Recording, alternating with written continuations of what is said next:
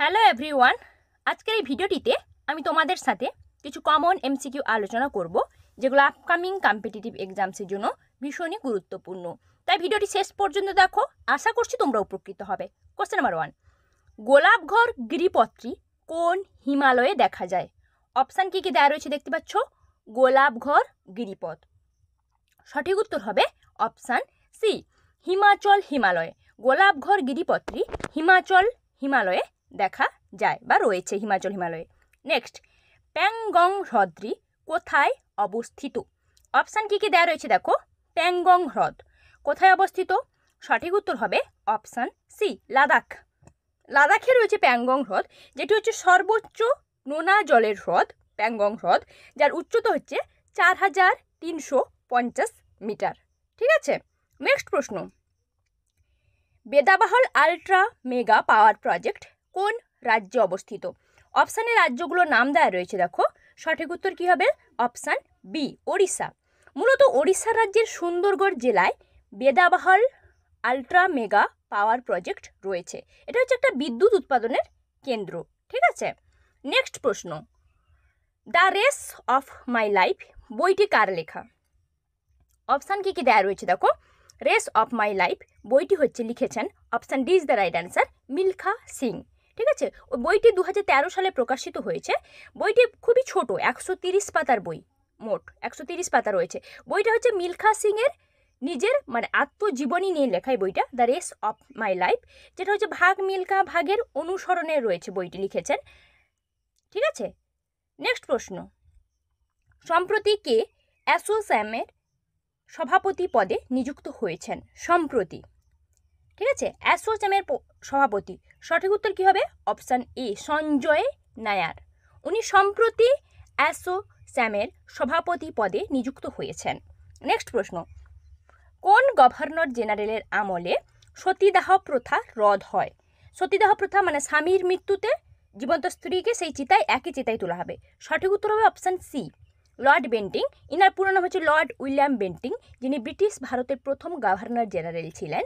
Lord William Bentinck, উনার আমলে 1829 সালে প্রথম সতীদাহ প্রথা রদ হয় বা সতীদাহ প্রথা উনার আমলেই বন্ধ করা হয়।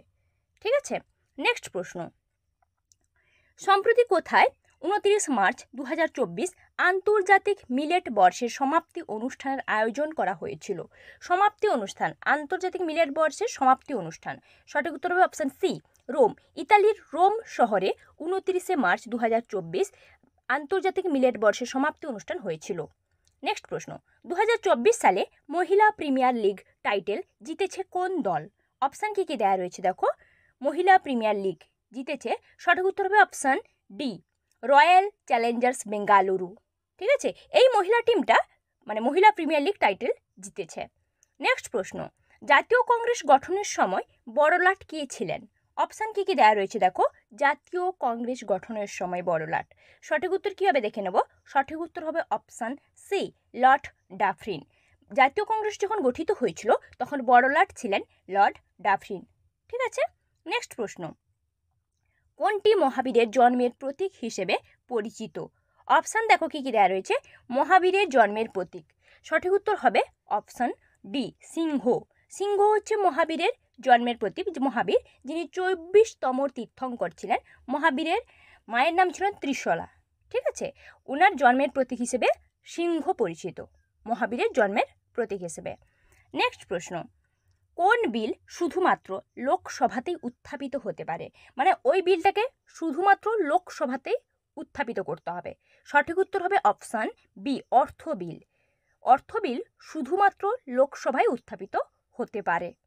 ঠিক আছে, আচ্ছা আমি নেক্সট প্রশ্নে চলে যাচ্ছি। রৌরকেল্লা ইস্পাত কারখানা কোন পঞ্চবার্ষিকী পরিকল্পনায় তৈরি হয়েছিল?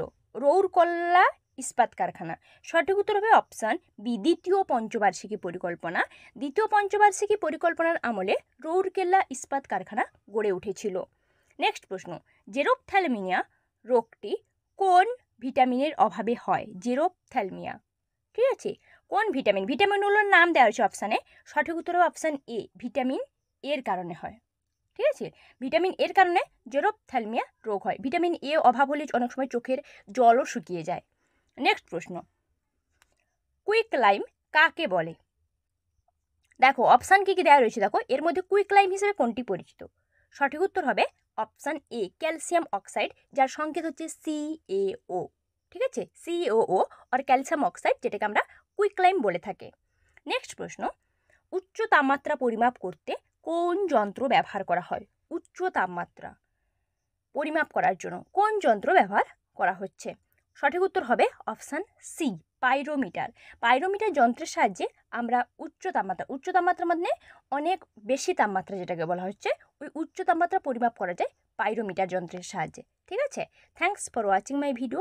এখনও যারা আমার চ্যানেলকে সাবস্ক্রাইব করোনি, নতুন নতুন কন্টেন্ট পাওয়ার জন্য চ্যানেলটিকে সাবস্ক্রাইব করো, ভিডিওটিতে লাইক কমেন্ট শেয়ার অবশ্যই করো।